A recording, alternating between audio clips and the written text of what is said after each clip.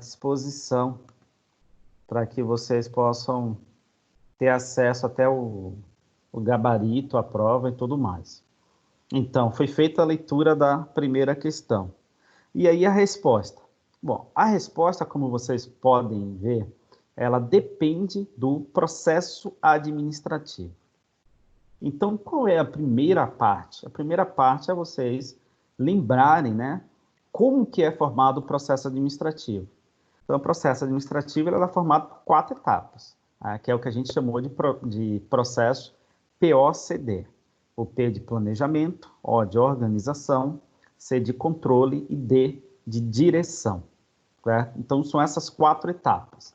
Uma vez tendo visto as 4 etapas, vocês tinham, portanto, que ver quais os problemas estão relacionados a cada etapa. Então, não é só ver quais são os problemas, mas tem que relacionar cada etapa do processo administrativo. Então, aqui eu fiz um guia, né? Aqui não é um gabarito fechado. Aqui é a ideia de ter um roteiro ali para que eu possa analisar a resposta de vocês. Mas, por exemplo, o estudo de caso quinto mesmo, não tem uma resposta, tá? Tem possibilidades de respostas. Então, quando eu estou corrigindo ali a prova de vocês, eu estou vendo se vocês colocaram as possibilidades viáveis, certo?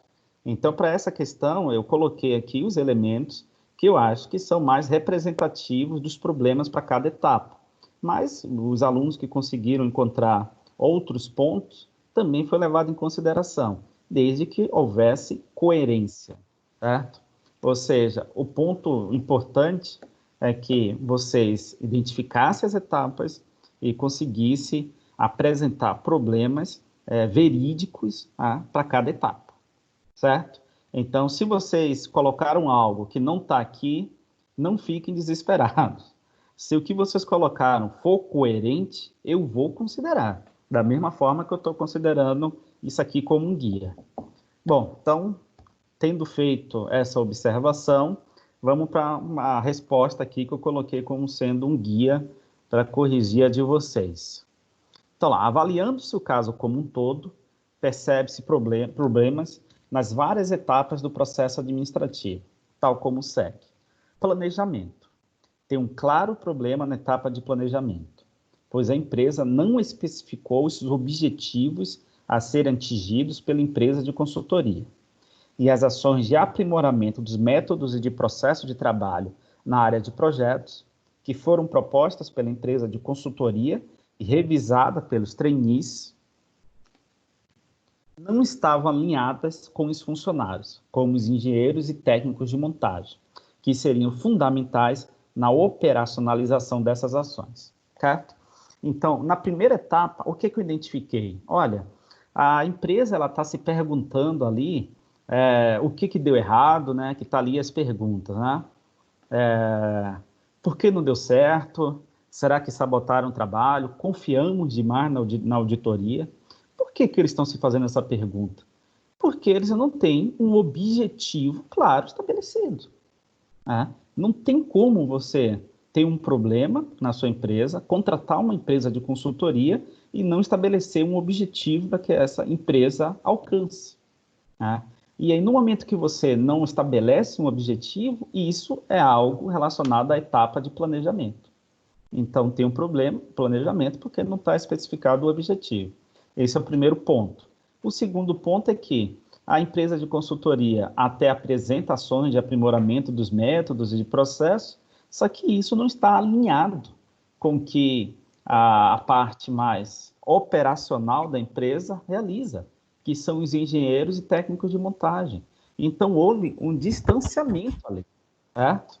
A empresa, ela apresentou algo que a parte operacional, né, o pessoal que coloca a mão na massa, considerou como sendo inadequado, ou seja, problema de planejamento. Então, nessa etapa de planejamento, eu identifiquei esses 2 problemas centrais. Algum de vocês aí identificou alguma outra questão que não está aí relacionada ao planejamento?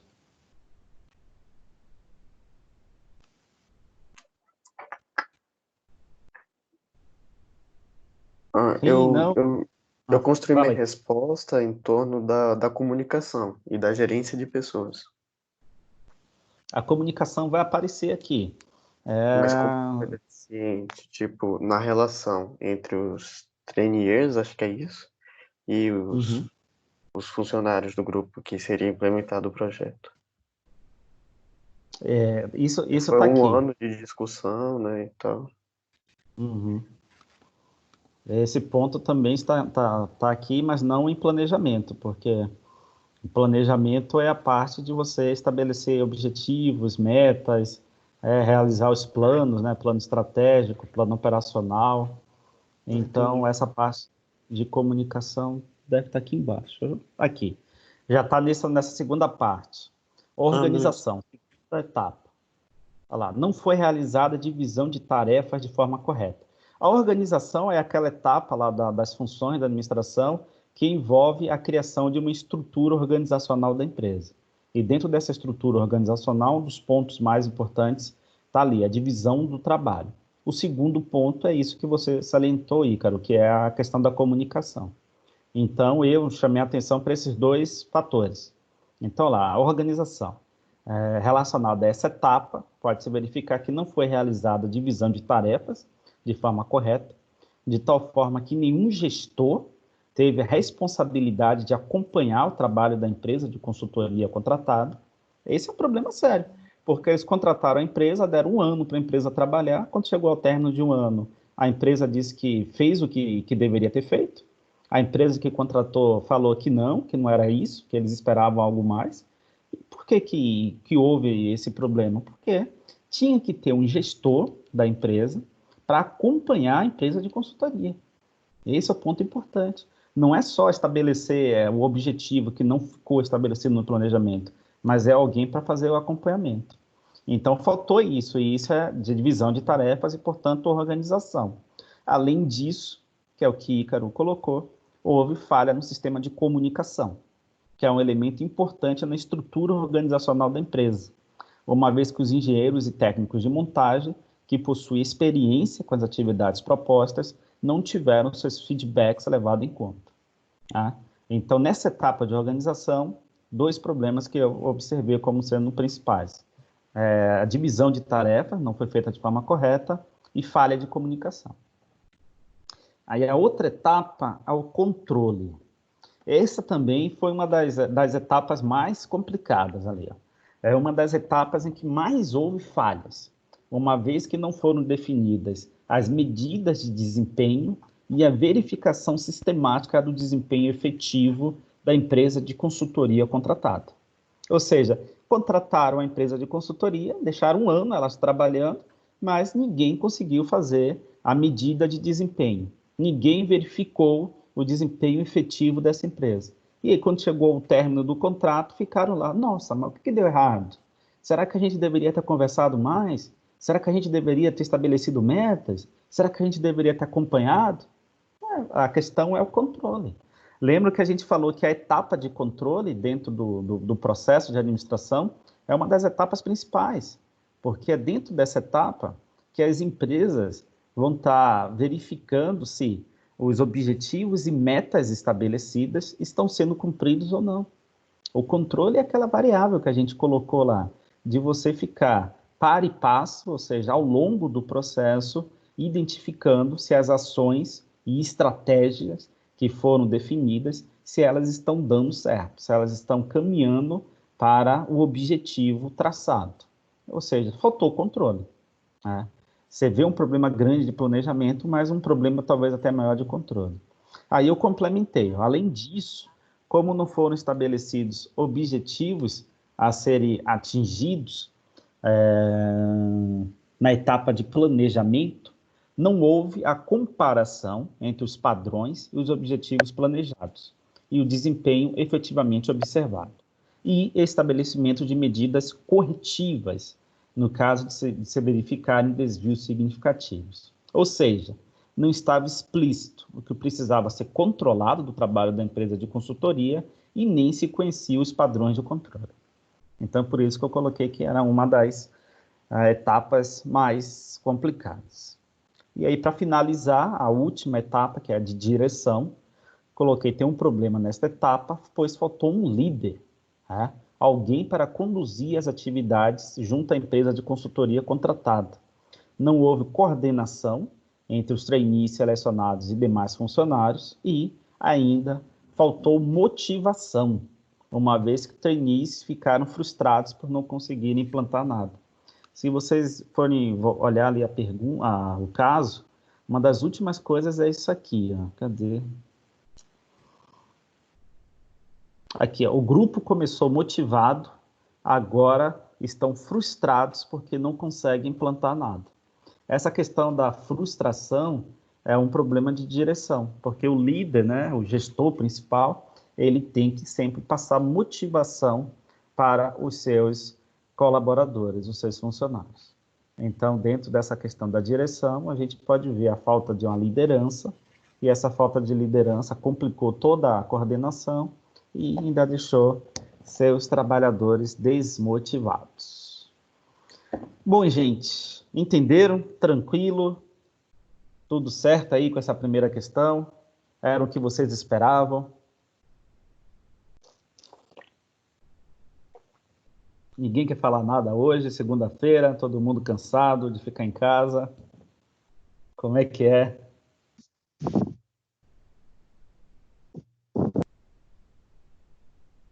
Bom, então eu vou passar para a segunda, hein? Dei tempo de vocês se pronunciarem.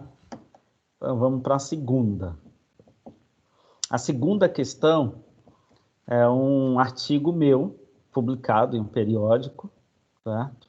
E aí eu coloquei lá, leia o fragmento retirado do artigo de Urpia. Urpia, nesse caso, sou eu, tá?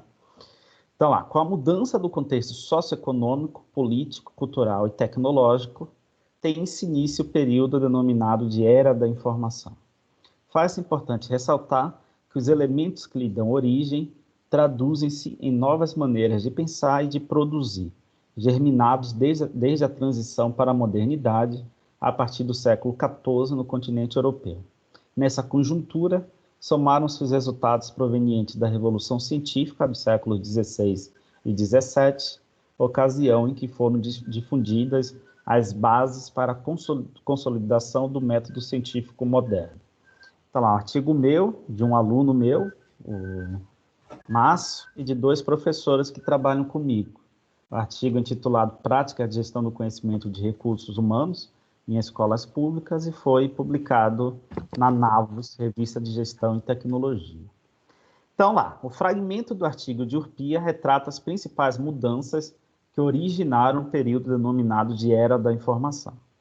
Com base nessas informações, no fragmento do artigo e nas discussões realizadas em sala de aula sobre a Era da Informação, relate sobre a gestão do conhecimento e sua relação com a administração. Aqui eu cheguei a falar com vocês, né? Antes da prova, no dia da prova, né, quando a gente fez a leitura da questão, que a ideia era que vocês primeiro fizessem um texto falando o que é gestão do conhecimento e que para isso vocês deveriam pesquisar, procurar outros materiais e em seguida discutissem sobre a relação entre a gestão do conhecimento e a administração, certo? Então, é uma questão que demanda, né, 2 partes. Ela tem que ter conceitos, né, sobre gestão do conhecimento e tem que ter a relação entre gestão do conhecimento e administração. Então, o conceito de gestão do conhecimento, aí vocês poderiam colocar o que fosse. Aqui, novamente, é só um texto guia, é um parágrafo que eu já tinha e aí eu coloquei aqui, certo? Mas eu conheço bem gestão do conhecimento. Enfim, o que vocês escreverem, eu tenho capacidade lá de analisar. Eu tenho vários trabalhos sobre gestão do conhecimento publicado, capítulos de livro, né? Então, tranquilo. Então, eu coloquei ali um negócio bem sucinto, ali, bem inicial mesmo, só para constar. Então, a gestão do conhecimento é entendida por Nonaki e Takeuchi, que são considerados como os autores mais célebres sobre gestão do conhecimento, como a capacidade de uma empresa de criar novo conhecimento, difundi-lo na organização como um todo e incorporá-lo a produtos, serviços e sistemas. Nesse sentido, a gestão do conhecimento permite que as organizações, sejam elas públicas ou privadas, possam inovar de forma contínua e, com isto, obterem vantagens competitivas sustentáveis. Além da inovação, a gestão do conhecimento traz uma série de benefícios para as organizações, dentre os quais destacam-se: melhorar a qualidade de produtos e serviços das organizações, serve para promover a aprendizagem individual e organizacional, serve para aumentar a capacidade de realização do indivíduo, da equipe, da organização e da sociedade, serve para reter o conhecimento e preservar a memória organizacional, serve para criar um ambiente organizacional propício à colaboração e à produção coletiva do conhecimento, serve para aumentar a efetividade do trabalho do conhecimento e do trabalhador do conhecimento. Então, tem ali alguns elementos que foram colocados. E aí, diante disso, verifica-se que há uma relação estreita entre a gestão do conhecimento e a administração, uma vez que a gestão do conhecimento é essencial para que as organizações possam dirigir suas atividades de forma a obterem uma utilização eficiente e eficaz dos seus recursos na atual era em que vivemos, denominada de era da informação. Então, se vocês forem pegar isso aqui, isso é um dos principais conceitos de administração. A administração é você dirigir a atividade da sua empresa de tal forma que possa obter uma utilização eficiente e eficaz dos recursos. Então, o que eu estou colocando? Eu estou colocando que a gestão do conhecimento é um dos meios para se administrar uma empresa. Por isso que possui uma relação estreita. E aí eu acrescentei, nesta era, né, que é a era da informação, um dos principais objetivos das organizações é a inovação, visto que é a inovação que será capaz de possibilitar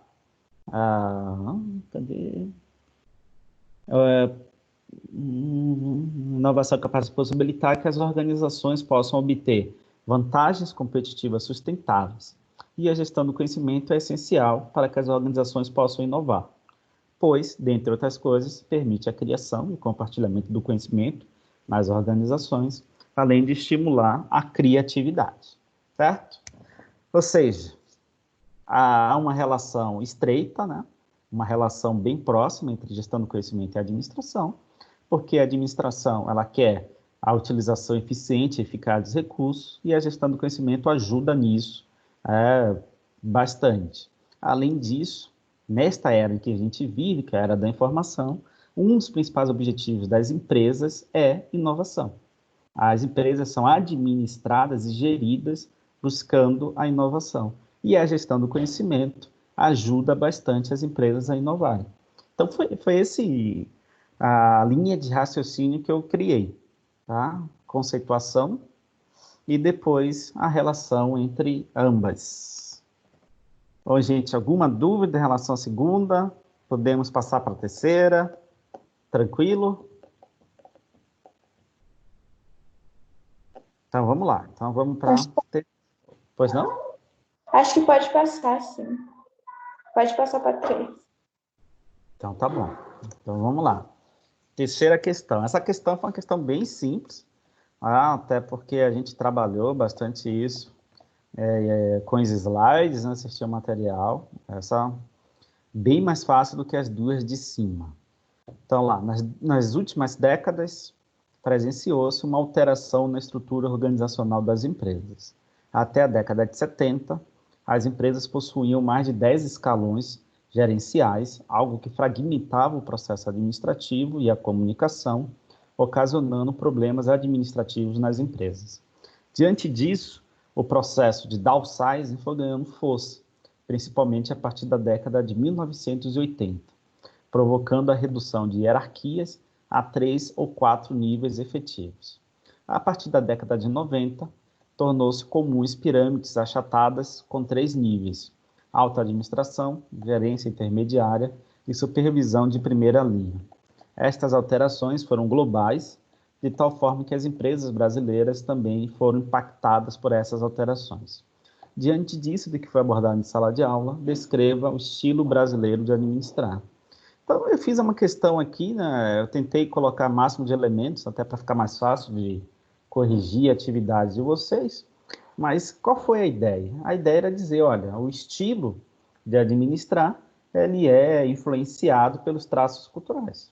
Os traços culturais são os seguintes, né? Citei cada traço cultural, E aí eu coloquei, ó, então a partir desses traços culturais, algumas características se fazem presentes na administração no Brasil, certo?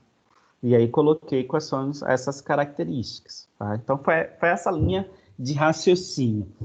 Eu acho interessante eu dizer isso para vocês, porque esse é um ponto importante. Quando vocês vão responder uma prova, quando vocês vão fazer uma atividade, vocês precisam planejar o que vai conter na resposta de vocês. Antes mesmo de vocês começarem a escrever, vocês precisam ali, ó, pensar em qual é a estrutura, quais são as ideias, como que essas ideias vão estar ligadas umas com as outras, para a partir daí ficar mais fácil a escrita. Então, eu estruturei dessa forma. O estilo é caracterizado ou influenciado pelos traços, os traços são esses. A partir desses traços, a gente tem essas características, e isso determina o estilo brasileiro de administrar. Então, foi algo desse tipo. Então, o estilo brasileiro de administrar é fortemente influenciado pelos traços culturais dos administradores no Brasil. Esses traços definem o estilo brasileiro de administrar, que, em alguns casos, reforçam vantagens comparativas, mas que, em outros, criam dificuldades para os administradores. Dentre os traços culturais, verificam-se a concentração do poder, o personalismo, a postura de espectador, a aversão ao conflito, o formalismo, a lealdade às pessoas, o paternalismo, a flexibilidade e a impunidade.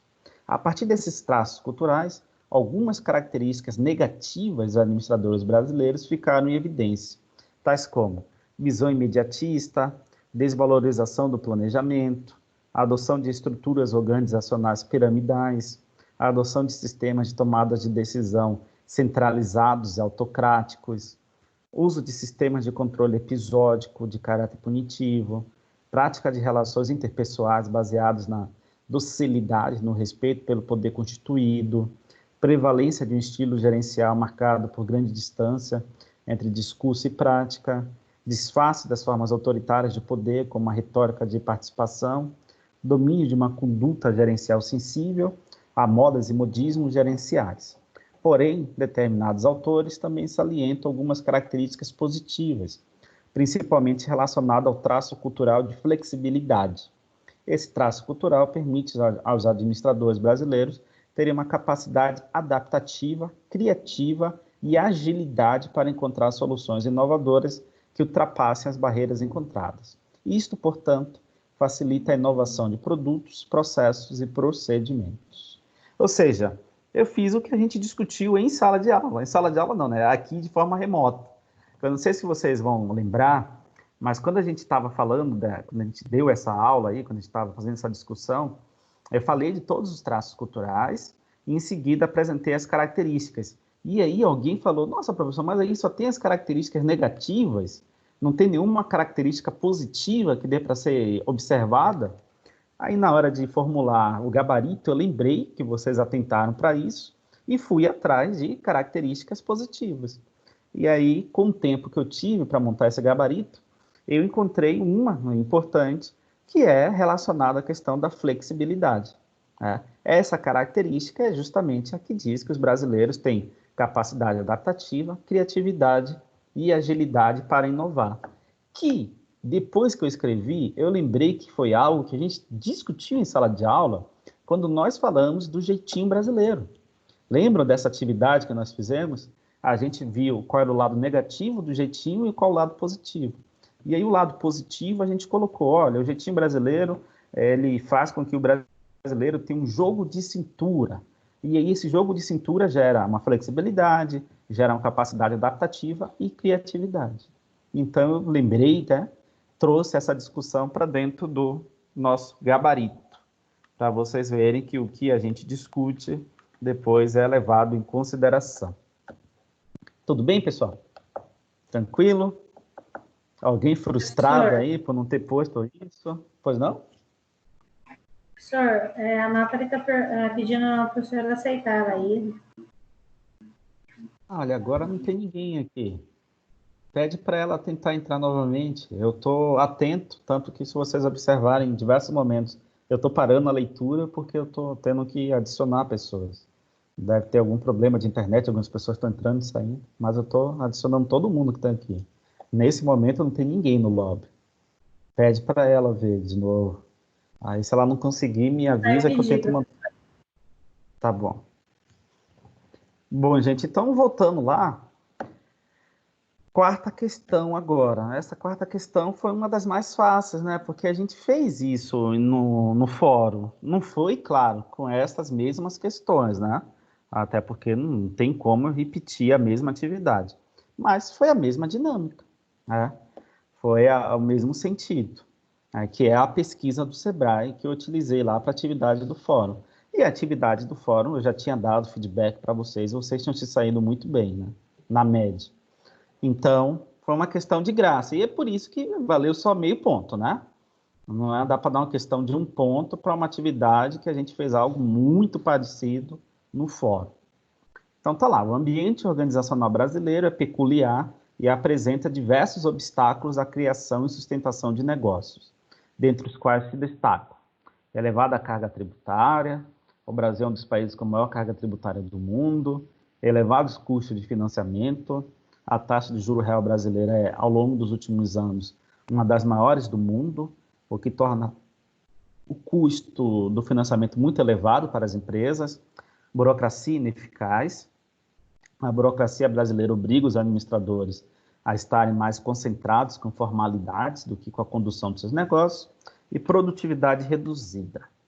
Bom, diante disso e a partir do que foi discutido ao longo do bimestre, aponte 3 possíveis soluções para as seguintes razões que, segundo o Sebrae, levam ao insucesso das micro e pequenas empresas brasileiras. Falta de crédito bancário e falta de mão de obra qualificada. Então, a gente já tinha discutido essa pesquisa do Sebrae e nós já havíamos feito uma atividade no fórum eram 3, né? 3 razões de insucesso. Então, eu peguei 2 outras razões de insucesso e trouxe para vocês fazerem atividade. E, assim, há várias possibilidades de resposta, né? Eu pedi para vocês apresentarem 3, né? 3 possíveis soluções. Mas dá para apresentar várias para cada uma, né?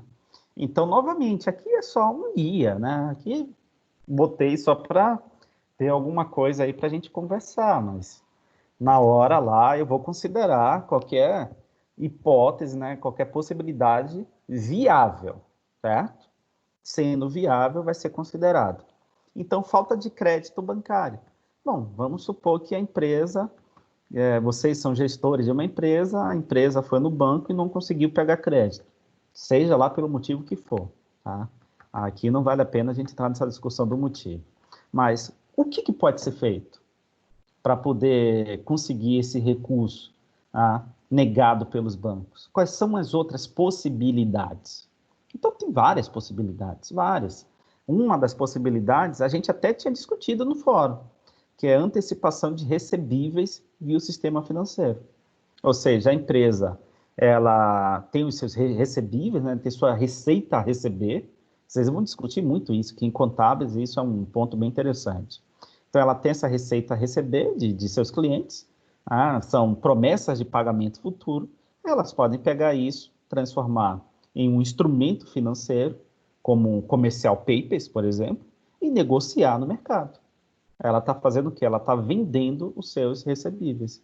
Isso é uma forma dela antecipar a receita e, portanto, cobrir essa falta de crédito. Então, essa é uma das possibilidades. Qual é a outra possibilidade? A empresa fazer um IPO. IPO é um processo de abertura de capital das empresas. IPO é que uma empresa tem que fazer, uma organização, uma SA, né, de capital fechado, ela tem que fazer para poder abrir capital. Ou seja, abrir capital significa, ela não consegue se financiar via crédito, ela vai negociar suas ações no mercado de bolsa de valores. Então, ela vende ações e consegue recurso. O IPO é isso, é um processo de abertura de capital. A empresa abre capital para conseguir financiamento. O financiamento não é via banco, mas é via os acionistas que vão estar comprando ali esses papéis. Então, é uma outra forma de conseguir recursos. E uma terceira forma, que hoje virou febre, mania, é buscar uma venture capital. A venture capital é uma modalidade de investimento de alto risco, né? É uma modalidade de investimentos alternativos utilizada para apoiar negócios por meio de compra de uma participação acionária, geralmente minoritária, com o objetivo de ter as ações valorizadas para a posterior saída da operação. É usada para descrever todas as classes de investidores de risco. E aí você tem vários exemplos, aqui é só um exemplo, que são os investidores anjo. Não sei se vocês já ouviram falar dos investidores anjo, mas os investidores anjos são as pessoas que compram, né, participações acionárias em startups, né? Elas pegam o dinheiro dela, dão para essas startups que estão iniciando, mas que tem um modelo de negócio escalonável, um modelo de negócio que rapidamente pode gerar vantagem, né, um crescimento rápido. Então, ela coloca o dinheiro dela ali, pega uma participação acionária. Quando a empresa crescer, o cara está milionário. Que foi o que aconteceu, por exemplo, com o brasileiro que investiu no Facebook. Quando o cara investiu, o Facebook era uma ideia, era um negócio de garagem. Aí ele pegou o dinheiro dele e colocou um capital de altíssimo risco, porque o venture capital é isso, é capital de risco. Aí ele colocou o dinheiro dele. Daqui a pouco o negócio se tornou uma das maiores redes sociais do mundo e ele viu que ele estava bilionário, certo? Então, o venture capital vai nesse sentido, tá? Mas, enfim, são só 3 possibilidades, mas teria várias outras. E para falta de mão de obra qualificada. Então, se você está em uma empresa e observa que está faltando mão de obra qualificada, o que você pode fazer? Você pode terceirizar o serviço. Você pode contratar uma empresa com mão de obra qualificada para fazer aquele serviço para você. Você pode implementar programas de qualificação de mão de obra para que os trabalhadores da sua empresa possam se qualificar. Ou pode também contratar mão de obra, né, com trabalhadores tendo habilidades e competências selecionadas previamente para fazer frente ao que você está precisando naquele momento. Enfim, várias possibilidades em uma atividade bem simples. O que era necessário era separar, né? Porque vocês tinham que apresentar as hipóteses para cada razão de sucesso. Então, vocês separavam, colocavam as hipóteses, e desde que as hipóteses sejam viáveis, a atividade está valendo. Certo, gente? Bom, se vocês tiverem alguma dúvida, vocês falem. Eu vou passar aqui para a 5ª questão. A 5ª questão eu não trouxe o gabarito. Eu fiz, mas eu acho que eu deixei em algum outro lugar. Tá, mas eu lembro o que é, eu converso com vocês agora, tá? Sem problema. Bom, essa 5ª questão foi uma atividade, um estudo de caso que eu criei. Eu peguei um texto falando do coronavírus e aí eu pensei em uma possibilidade para montar aqui para vocês. Então, criatividade minha aí. Bom, o avanço do novo coronavírus vem afetando diretamente os mercados ao redor do mundo e, junto com ele, também tem elevadas preocupações dos investidores sobre os impactos na economia global. Por conta disso, as bolsas de valores estão constantemente no radar de vários veículos, uma vez que são afetadas pelas repercussões e enfrentam oscilações ainda maiores do que o comum para o mercado de renda variável. O Fundo Monetário Internacional, por exemplo, já afirmou que a pandemia do Covid-19 já está levando a economia mundial a uma nova recessão. Os impactos causados pelo vírus já têm um choque maior do que a crise financeira de 2008 para muitos economistas. Apesar do vírus estar concentrado em maior parte na China e nos Estados Unidos, aqui eu falei, nesse texto tem defasagem, tá? Quando o texto foi elaborado já tem um tempo. A doença já se espalhou por mais de 60 países de todos os continentes, provocando o fechamento de fábricas e comércios e interrupção em atividades de produção. Então, está aqui a fonte, é um texto do Trademap, que é um software que a gente utiliza para fazer negociações e ver o mercado. E aí, diante do que está escrito acima e das discussões realizadas em sala de aula, caso você fosse gestor de um restaurante proibido de atender os clientes no interior do estabelecimento, devido a um decreto estadual, elabore um pequeno texto para explicar qual estratégia você adotaria para manter as vendas do restaurante. Em sua resposta, considere as funções da administração, as áreas funcionais das organizações e as competências, habilidades e papéis do administrador. Bom, então é um mini estudo de caso, a gente pode classificar assim, bem interessante porque relacionado diretamente com o que está acontecendo ao mundo hoje, que é a pandemia, né, e os efeitos da pandemia para os negócios, e que pede que vocês relacionem a resposta com o que foi discutido em sala de aula. Tá? Então, bem interessante. Então, o que vocês colocaram ali? Tem várias possíveis estratégias, né? Só que acho que o que as empresas estão mais fazendo é restaurante que não pode atender no interior do estabelecimento. Se ele não pode atender no interior do estabelecimento, o que ele vai fazer? Ele vai ter que fazer a delivery, correto?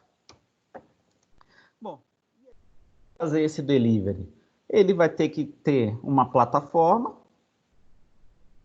tá? Uma plataforma digital, tá? Para poder anunciar ou se associar a alguma plataforma, como o iFome, o iFood, aqui em Maringá fizeram também o Maringá Delivery, enfim, são várias plataformas, né? Então, ou ele monta uma plataforma, ou se associa a uma plataforma, ou ele pode fazer as duas coisas, né? Então, a gente pode botar aqui e ou, né? Ele pode ter a sua plataforma, um site que ele venda, mas também negociar via iFood, via iFome, via Maringá Delivery. Bom, e para que isso dê certo, ele vai ter que fazer marketing, certo? E aí o marketing é que é importante porque marketing é uma área funcional. Lembram vocês que quando a gente falou de áreas funcionais, a gente viu área de marketing, finanças, operacional, né? Então, marketing aqui é uma das áreas funcionais. Então, a gente já começa a relacionar, a gente já pode colocar, olha, o gestor da empresa, o líder, e aí, ao falar disso, a gente já está relacionando com as funções da administração, funções não, com áreas funcionais, com os níveis da administração, né? Os níveis e também funções, né? Dependendo do que a gente for usar. Então, o gestor da empresa, que está no topo da pirâmide, ele vai elaborar um planejamento, né? E aí, planejamento já é uma das funções da administração. E aí, nesse planejamento, irá conter objetivos e metas para venda de produtos alimentícios,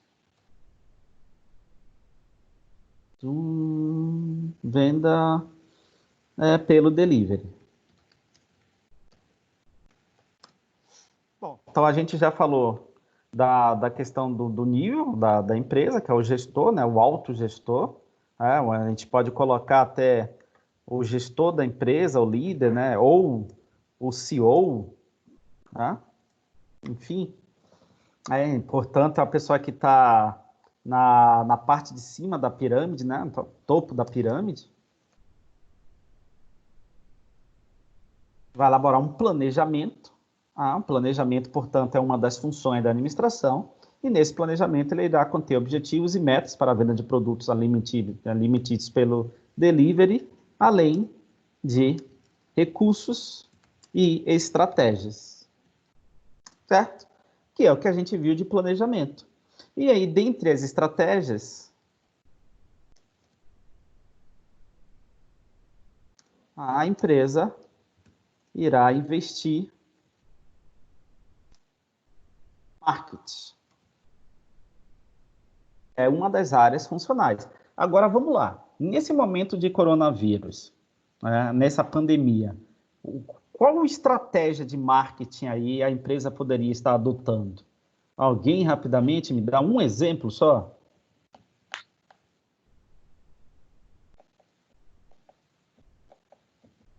tipo a higiene do processo de produção dos alimentos e distribuição?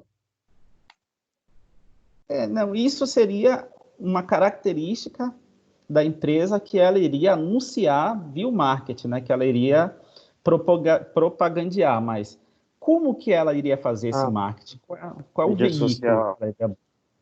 Mídia social? Mídia social pode ser, ó. Irá investir em marketing via mídia social ou financiando uma das lives. A gente não está no período de live? Não está tendo live de todo mundo? Vocês viram lá a live lá do Raça Negra? O cantor do Raça Negra estava mais bêbado que o tio do boteco. Sempre, né? Engraçado pra caramba. O Dudu Nobre ontem também estava tomando toda, mas estava tranquilo, Dudu. Enfim, o cara pode pegar a empresa dele e fazer financiamento em uma live. Vocês viram? Todas as lives estão sendo financiadas, a maioria pela Ambev. O pessoal até teve um problema sério aí, porque aquele cantor sertanejo lá, o Gustavo Lima, né? Acho que é o Gustavo Lima, ele começou a beber durante a live e aí não deu muito certo. O pessoal caiu de pau em cima dele, proibiram que as empresas pudessem deixar o produto para que os artistas pudessem beber. Enfim, mas uma possível estratégia seria justamente financiar uma das lives. Tá? Então, lá, você tem a estratégia, vai investir em marketing, mídia social, ou financiando uma das lives, e aí você pode até adotar ali medidas de controle. Qual que seriam possíveis medidas de controle? Você olhar acessos em redes sociais, tá? E isso aqui eu estou fazendo agora, né? Porque o Ícaro falou de mídia social. Então, uma possível medida de controle ali é isso, acessos em redes sociais. Você pode ver também, participação. Participação, né? O público das lives.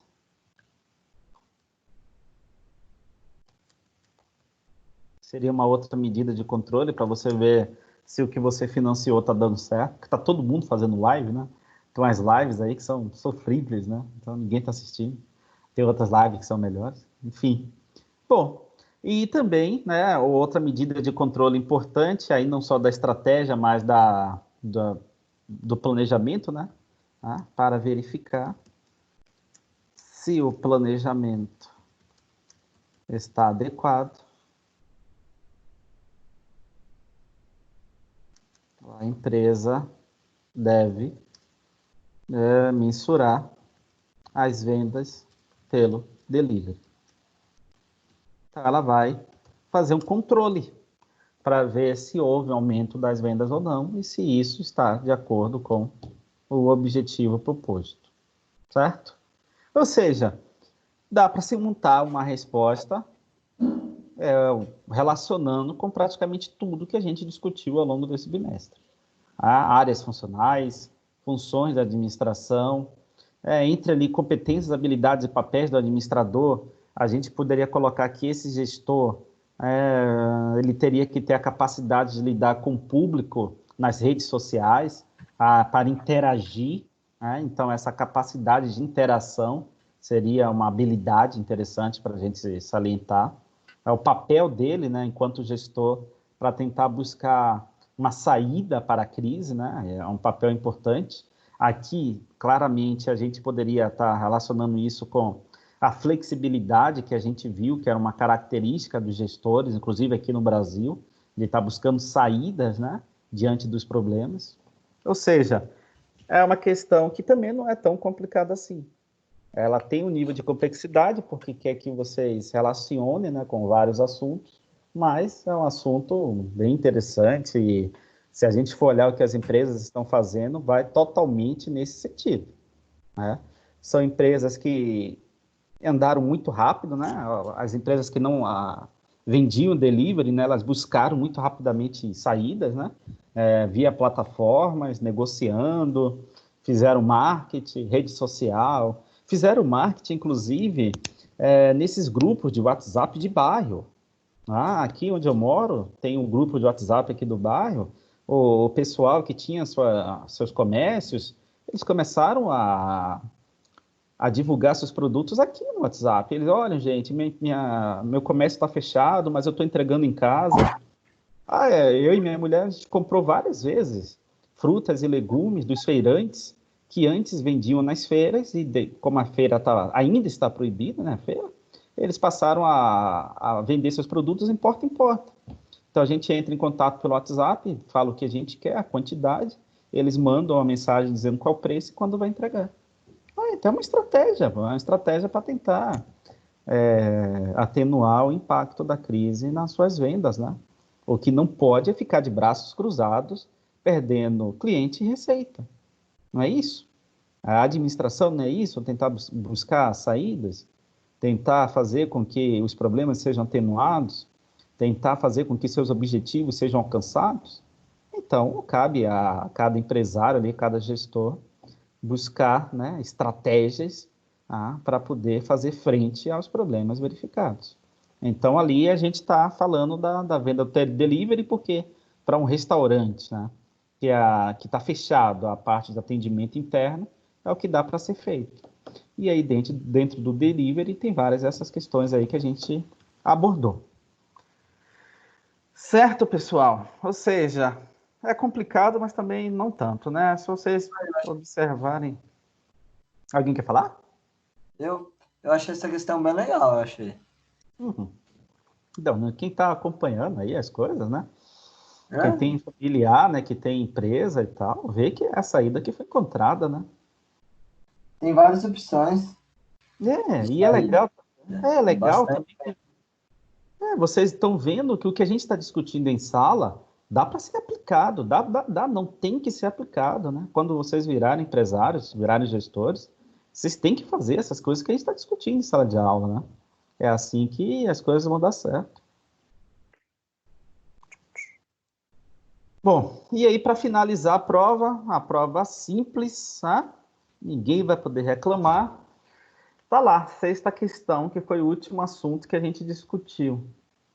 A administração científica é o modelo de administração criado pelo americano Frederick Winslow Taylor no final do século XIX, início do século XX, e que se baseia na aplicação do método científico na administração, com o intuito de garantir o melhor custo-benefício aos sistemas produtivos. Assim, em 1903, ele publica o livro A Administração de Oficinas, onde expõe pela primeira vez suas teorias. Taylor propõe a racionalização do trabalho por meio do estudo dos tempos e movimentos. Os operários deveriam ser escolhidos com base em suas aptidões para a realização de determinadas tarefas, divisão do trabalho, e então treinados para que executem da melhor forma possível em menos tempo. Taylor também defende que a remuneração do trabalhador deveria ser feita com base na produção alcançada, pois, desta forma, ele teria um incentivo para produzir mais. Então, está aqui a fonte, que é um blog lá de administração, com artigos. Diante do que está escrito acima e das discussões realizadas em sala de aula, explique, com suas palavras, a seguinte afirmação. Henry Ford foi um dos seguidores de Taylor que talvez tenha conseguido o maior destaque entre todos os demais. Ou seja, é uma questão bem simples, né? Por isso que vale meio ponto só. A gente falou isso em sala de aula.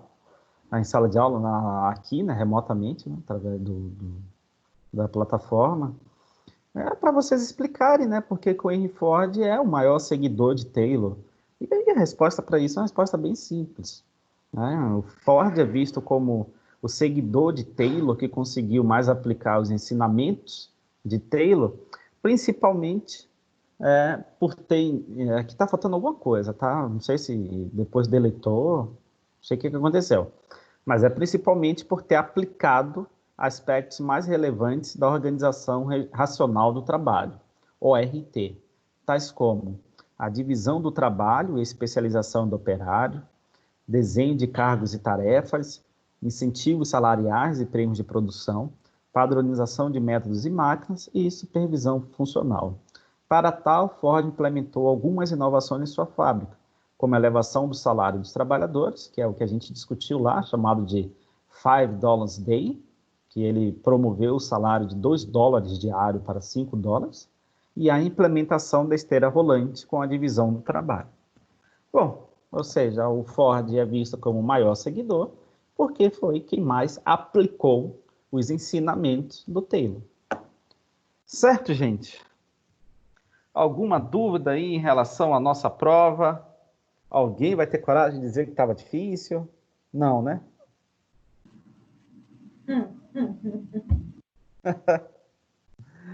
Bom, então a prova Tava estava... difícil, mas também não tava fácil.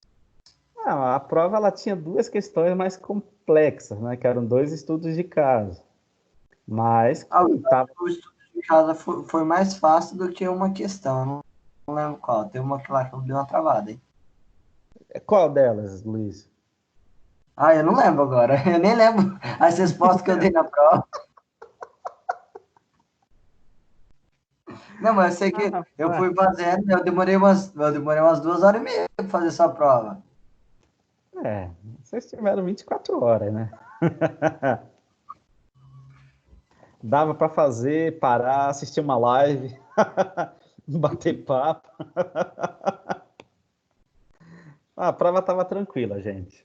A prova, diante aí dos acontecimentos, diante de tudo, né? Diante da maioria das aulas serem remotas, eu fiz uma prova mais tranquila para também vocês pudessem ter tempo aí para fazer as coisas, certo? Então, vocês observarem as respostas que eu dei para cada questão, vocês verificam que a maior parte dessas coisas a gente discutiu em sala de aula.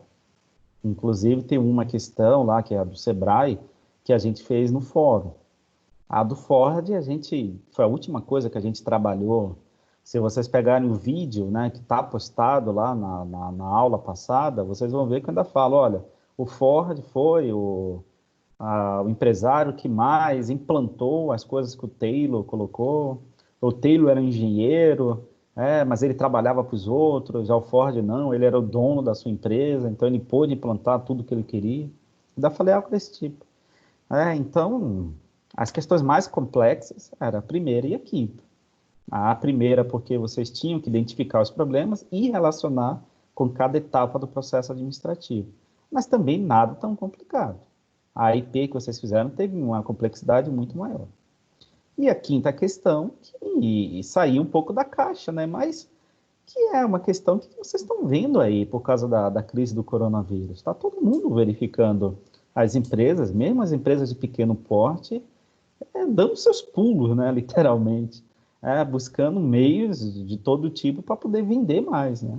E no caso colocado lá, que é de um restaurante proibido de vender internamente, a única saída, assim, possível é a delivery, né? E aí o cara tem que pensar na plataforma, o cara tem que pensar no relacionamento com o cliente, ele tem que pensar em marketing para poder divulgar a sua empresa, poder mostrar para todos que agora ele está atendendo delivery. Tem que falar daquilo que o Ícaro salientou, que é mostrar, olha, meu processo é limpo, meu produto não está contaminado. Vocês viram o que a Magazine Luiza está fazendo? Eu falei da Magazine Luiza porque eu comprei álcool em gel da Magazine Luiza. Você combina, o cara deixa o produto na sua garagem. Ou então deixa na calçada.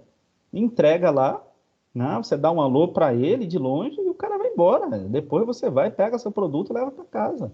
Ou seja, não tem contato mais do cliente com o entregador, porque o problema de hoje é justamente o contato físico, né? Então, você nem vê o cara direito. Eu acenei ele aí da porta, 3 metros de distância, falei, opa, deixa aí que eu pego aí. Ele deixou, foi embora. Depois que ele foi embora, eu fui abrir a porta, peguei o produto, pronto. O iFood também é a mesma coisa. O entregador, ele combina para deixar na portaria dos prédios, ou entregar, deixar em cima do carro, para não ter contato. Então, gente, são questões que dá para vocês observarem aí com a vivência de vocês. Certo? Tranquilo? Sossegado? Bom, já são 10h16, não dá tempo da gente retornar o assunto, né, o conteúdo. Então, o que eu vou fazer é o seguinte, façam a atividade no fórum, que é uma atividade simples, vocês lendo os slides, vocês conseguem fazer, E aí amanhã a gente inicia o segundo bimestre com o mesmo assunto que seria dado hoje, que é a crise do Fordismo. Amanhã a gente vai discutir a crise do Fordismo e as críticas ao Taylor, tá? Que o Taylor recebeu várias críticas. Então amanhã a gente inicia o bimestre, né, de forma efetiva, com esses mesmos slides que estão postados aí no fórum. Então, a única coisa que eu vou fazer é abrir lá a sala e colocar uma outra atividade para vocês fazerem amanhã. Mas aí, para hoje, vocês façam essa atividade, tem 24 horas, tá? Então, se vocês não conseguirem terminar ainda hoje, termina amanhã, porque, como vocês viram, fazer atividade no fórum pode contar pontos depois, dependendo de como as coisas andarem aí para o fechamento do nosso bimestre. Certo, gente? Tranquilo? Certo. Ah, maravilha. E qual é o prazo que vocês estão dando para entregar as provas? As provas, a instituição, ela tem um prazo regulamentar, que é de 10 dias após a aplicação da prova. Então, no meu caso, acho que até sexta ou sábado. Eu não tenho que contar direito aí. Mas eu estou tentando terminar até amanhã, Luiz. Ter fé aí em Deus. Até amanhã, no máximo quarta-feira, vocês têm a nota. Mas é porque eu tive que corrigir também as IPs, teve as atividades no fórum, que eu tive que olhar com mais critério, já que elas valeram ponto também. Então, foi uma carga de atividade muito grande que a gente teve, né? Mas eu estou fechando tudo, as IPs já estão corrigidas, as atividades do fórum já estão corrigidas, estou terminando de ver as provas. Mas espero até amanhã ou quarta-feira já entregar tudo. E vocês vão ter acesso à nota de forma desagregada. Então, vocês vão saber exatamente quanto vocês tiraram no fórum, quanto que exatamente tiraram na IP e quanto que exatamente tiraram na prova, tá? E aí, depois, se vocês tiverem alguma dúvida, a gente volta a falar sobre isso, sem problema algum. Eu posso dar feedbacks depois. Vocês veem lá qual problema vocês tiverem e a gente volta a conversar. Tranquilo, pessoal? Então, vão lá para o fórum, façam as atividades. Boa noite para vocês e até amanhã. Amanhã, novamente, a gente se encontra mais para iniciar o bimestre. Abraço, gente. Tchau. Boa noite, professora. Boa noite. Boa noite. Boa noite.